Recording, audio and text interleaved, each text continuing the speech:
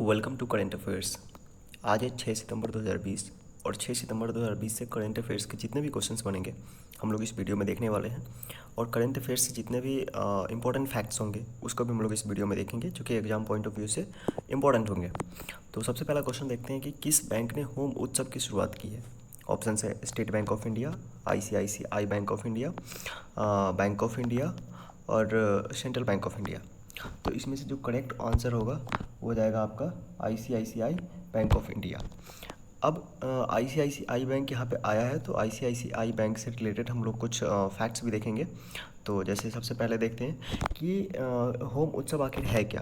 तो होम उत्सव क्या है, एक डिजिटल प्रॉपर्टी एग्जीबिशन प्रोग्राम है जिसमें क्या है कि देश के बड़े बड़े जो रियल एस्टेट डेवलपर्स हैं वो अपने प्रोजेक्ट दिखाएंगे। और इस प्रोजेक्ट में के द्वारा, इस प्रोजेक्ट के देखने के द्वारा क्या है कि आप इस प्रोडक्ट प्रॉपर्टी को खरीद सकते हैं। और इसको खरीदने पे क्या है कि ICICI बैंक अपनी तरफ से कई तरह के बेनिफिट्स देंगे। अब ICICI बैंक की बात आई है तो यहाँ पे हम लोग देखते हैं कि उससे रिलेटेड क्या क्या इंपॉर्टेंट फैक्ट्स हैं। जैसे सबसे पहले क्या है कि ICICI बैंक का मुख्यालय कहाँ है, तो इसका मुख्यालय मुंबई महाराष्ट्र में है।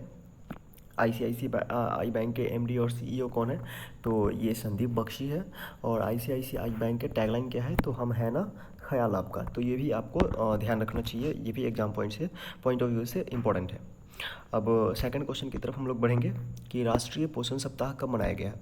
तो राष्ट्रीय पोषण सप्ताह की अगर हम बात करेंगे तो राष्ट्रीय पोषण सप्ताह क्या है कि ऑप्शन दिया गया है 1 से 7 सितंबर, 2 से 8 सितंबर, 3 से 10 सितंबर और 4 से 11 सितंबर।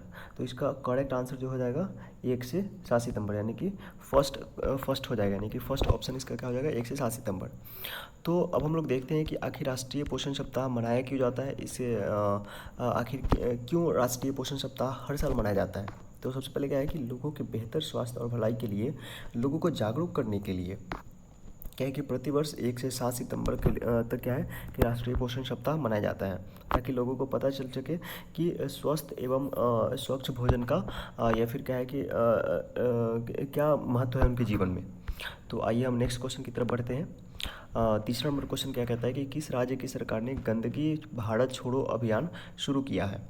तो इसका आपका ऑप्शन दिख रहा होगा जैसे कि बिहार, तेलंगाना, केरल, मध्य प्रदेश। तो आइए हम बात करते हैं। इसका करेक्ट आंसर जो हो जाएगा, इसका करेक्ट आंसर होगा मध्य प्रदेश। अब यहाँ पे मध्य प्रदेश बात आई है तो मध्य प्रदेश के बारे में आप लोग जानते होंगे कि मध्य प्रदेश की अभी जो करेंट टाइम पे जो मुख्यमंत्री है वो शिवराज सिंह चौहान है। और मध्य प्रदेश के बारे में एक इम्पॉर्टेंट फैक्ट ये भी है कि अगर हम क्षेत्रफल की दृष्टि से देखें तो ये भारत का दूसरा सबसे बड़ा राज्य है, तो ये भी आपको याद रखना चाहिए। और नेक्स्ट क्वेश्चन की तरफ बढ़ेंगे कि टेनिस खेल में सबसे ज़्यादा मैच जीतने वाली महिला खिलाड़ी कौन सी है। ऑप्शंस आपको दिख रहा होगा, Serena Williams, Saina Nehwal, Simona Halep, Caroline Wozniacki. तो इसके जो करेक्ट आंसर है वो ऑप्शन नंबर ए है, सेरेना विलियम्स। इसके जो करेक्ट आंसर है option number A, Serena Williams है। अब सेरेना विलियम्स की बात आई है यहाँ पे, तो सेरेना विलियम्स के बारे में हम लोग कुछ बात करते हैं। तो सबसे पहले क्या है कि जैसे कि अभी फोर्ब्स मैगजीन ने करेंटली क्या है कि दुनिया की टॉप 15 महिला खिलाड़ी है जो कि अधिक कमाई करने वाली है, उसकी लिस्ट निकाली है।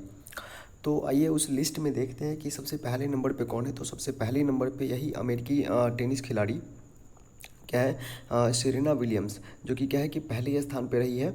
और उनकी कमाई की अगर हम बात करेंगे तो क्या है कि $29.2 मिलियन, यानी कि करीब 207 रुपये हो जाते हैं, जिसके अनुसार यानी कि इतना कमाई करने के साथ क्या है वो फर्स्ट नंबर पे रैंकिंग की है। तो ये भी आपको ध्यान रखना चाहिए, आने वाले किसी एग्जाम में ये पूछ सकता है। नेक्स्ट क्वेश्चन की अगर हम बात करेंगे तो नेक्स्ट क्वेश्चन क्या चीज़ कहता है कि किस मंत्रालय ने water heroes share your stories नामक प्रतियोगिता का शुभारंभ किया है। ऑप्शन है जल शक्ति मंत्रालय, सिंचाई मंत्रालय, कृषि मंत्रालय, आयुष मंत्रालय। तो इसका जो करेक्ट आंसर हो जाएगा ऑप्शन नंबर ए, जल शक्ति मंत्रालय। अब ये जल शक्ति मंत्रालय यानी कि डिपार्टमेंट ऑफ वाटर रिसोर्सेज। तो इसके बारे में जैसे कुछ इंपॉर्टेंट फैक्ट्स क्या है कि इसका हेडक्वार्टर कहाँ है, डिपार्टमेंट ऑफ वाटर रिसोर्सेज का हेडक्वार्टर कहाँ है। तो इसका हेडक्वार्टर जो है श्रम शक्ति भवन न्यू दिल्ली में है। और इसकी जो स्थापना की गई थी यानी कि इसको फाउंड किया गया था सितंबर 1985 में। अब क्वेश्चन आपके मन में अराइज हो रहा होगा कि water heroes share your stories आखिर ये है क्या। तो ये एक्चुअली क्या है कि पूरे देश में जल के यानी कि पानी की वैल्यू के बारे में लोगों को बताने के लिए क्या है कि एक कैंपेन शुरू किया गया है, जिसके तहत लोगों को अपनी स्टोरी बनाना है, यानी बताना है कि आप कैसे वाटर हीरोज़ हैं। नेक्स्ट क्वेश्चन की तरफ हम बढ़ेंगे तो क्या है कि क्रोएशिया में भारत के नए सॉरी यहाँ पे राजदूत होना चाहिए कि क्रोएशिया में भारत के नए राजदूत कौन बने हैं। आपको ऑप्शन दिख रहे होंगे, राजू श्रीवास्तव, श्रीकांत दास, राहुल श्रीवास्तव, मनीष प्रभात। तो इसके जो करेक्ट आंसर हो जाएंगे राजू श्रीवास्तव, जो कि आपको पिक्चर में दिख रहा होगा, यही हमारे राजू श्रीवास्तव जी है। अब राजू श्रीवास्तव जी की बात आई है तो फिर देखते हैं कि राजू श्रीवास्तव जी आखिर है कौन। तो ये 1997 बैच के आईएएस ऑफिसर हैं, जो कि अभी फ़िलहाल टोक्यो में क्या है कि राजदूत के रूप में काम कर रहे हैं। अब बात है यहाँ पे क्रोएशिया की, तो क्रोएशिया के बारे में हम लोग देखते हैं कि क्रोएशिया की राजधानी कहाँ है, तो जाग्रेब है। इसकी मुद्रा की बात करेंगे तो क्रोएशियाई कुना है। और क्रोएशिया के राष्ट्रपति जो अभी फ़िलहाल है जुरान मिलनोविक है। तो आपको ये भी ध्यान रखना चाहिए क्रोएशिया के बारे में। चलिए नेक्स्ट क्वेश्चन की अगर हम बात करेंगे तो किस राज्य को बांग्लादेश से जोड़ने के लिए सोनमुड़ा दाउकंडी अंतर्राष्ट्रीय जलमार्ग शुरू किया जाएगा। तो इसका ऑप्शन है असम, त्रिपुरा, मेघालय, मिजोरम। तो इसका जो करेक्ट आंसर हो जाएगा वो हो जाएगा त्रिपुरा। आखिर ये प्रोजेक्ट है क्या, तो ये एक ऐसा प्रोजेक्ट है जिसमें क्या है कि असम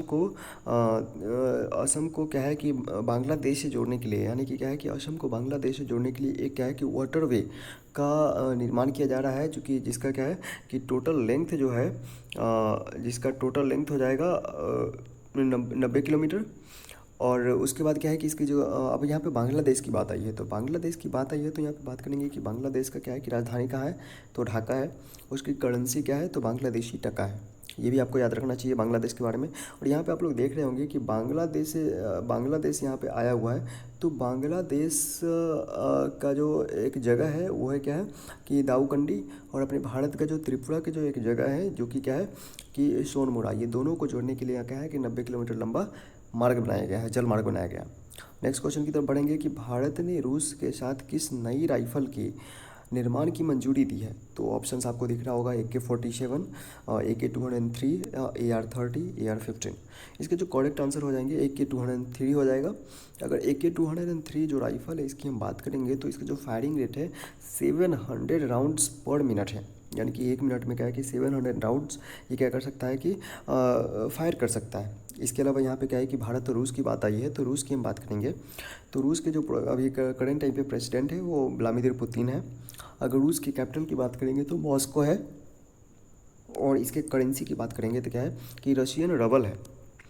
उसके अलावा क्या है कि 9th नंबर क्वेश्चन है कि किसके जीवन पर आधारित लेटेस्ट ड्रीम पुस्तक को दिसंबर में लॉन्च किया जाएगा। आपके पास ऑप्शंस दिख रहे होंगे, पोप फ्रांसिस है, चार्ल्स डार्विन है, माइकल जॉनसन है और विराट कोहली है। तो इसके जो करेक्ट आंसर हो जाएंगे पोप फ्रांसिस हो जाएंगे। अब इस जो बुक है इस बुक के राइटर कौन है, तो राइटर हो जाएंगे ऑस्टन इवरेग, जो कि क्या है कि अक्सर क्वेश्चन में एग्जाम में पूछ लिया जाता है कि जो इस बुक का राइटर कौन है या फिर ये बुक किसके नाम पे किसके ऊपर लिखा गया है। तो ये क्या है कि पोप फ्रांसिस के ऊपर लिखा गया है, लेकिन इसका राइटर कौन है वो ऑस्टन इवरेग है। अब यहाँ पे ऑस्टन इवरेग है, तो इस बुक में आखिर बताया क्या गया है, तो पोप फ्रांसिस ने अपने जीवन में जो भी संकट देखे हैं तो उन्होंने ये बताया है कि उस संकट हमको अपने जीवन में कैसे सिखाती है, कैसे हमको अनुभव कराती है, इसके बारे में उन्होंने बताया है, जिसमें अपने मेन 3 जीवन के घटनाओं के बारे में उन्होंने उल्लेख किया है। इसके अलावा बात करेंगे कि जो पोप फ्रांसिस है वही हेड ऑफ कैथोलिक चर्च है, और क्या है कि वेटिकन सिटी के शासक भी है। और जैसे ही वेटिकन सिटी आपको यहाँ पे दिख रहा होगा तो आपके मन में एक क्वेश्चन आ रहा होगा कि अभी जो फ़िलहाल टाइम पे क्या है कि जो दुनिया का सबसे छोटा कंट्री है, यानी कि अगर हम बात करें कि एरिया की दृष्टि से तो दुनिया का सबसे छोटा कंट्री कौन है, तो वेटिकन सिटी ही है। ये भी आपको याद रखना चाहिए, किसी भी एग्जाम में पूछ सकता है कि दुनिया का सबसे छोटा कंट्री कौन सा है, तो हो जाएगा आपका वेटिकन सिटी। और जो पोप होते हैं, पोप का सिंपल मतलब ही होता है राजा, ठीक है। नेक्स्ट बात हम करेंगे कि किस देश को राष्ट्रमंडल खेल संघ में फिर से शामिल किया गया है। ऑप्शंस आपको अमेरिका, पाकिस्तान, जापान, मालदीव। तो इसका करेक्ट आंसर जो होगा मालदीव होगा। करीब क्या है कि 3 वर्ष पहले मालदीव को यानी कि क्या है कि राष्ट्रमंडल खेल संघ से हटा दिया गया था। उसको इसलिए हटा दिया गया था क्योंकि क्या है उसके मानवाधिकार रिकॉर्ड जो है उसकी आलोचना को लेकर उसको क्या है कि हटा दिया गया था। लेकिन जब फिर मालदीव ने क्या है कि फिर रिक्विजिशन डाला था कि उनको शामिल किया जाए, जो कि क्या है कि अभी रिसेंटली उनको शामिल कर लिया गया है। अब मालदीव जो है जनसंख्या और क्षेत्र दोनों ही प्रकार से क्या है कि एशिया का सबसे छोटा देश है, यानी कि ध्यान दीजिएगा ये वर्ल्ड का नहीं, एशिया महाद्वीप का क्या है कि सबसे छोटा देश कौन सा है, मालदीव है। अगर इसकी कैपिटल की बात करेंगे तो कैपिटल इसका हो जाएगा माले, और करेंसी की बात करेंगे तो क्या हो जाएगा मालवियन रुपया हो जाएगा। तो ये क्या है कि 6 सितंबर 2020 से बनने वाले जितने भी करंट अफेयर्स थे उसको मैंने डिस्कस कर लिया है, और इससे रिलेटेड जितने भी पॉइंट्स हैं उसको भी मैंने डिस्कस कर लिया है। और अगर आपको ये वीडियो अच्छा लगता है तो आप लोग प्लीज़ इसको लाइक, शेयर एंड सब्सक्राइब करो। Okay, thank you. Peace.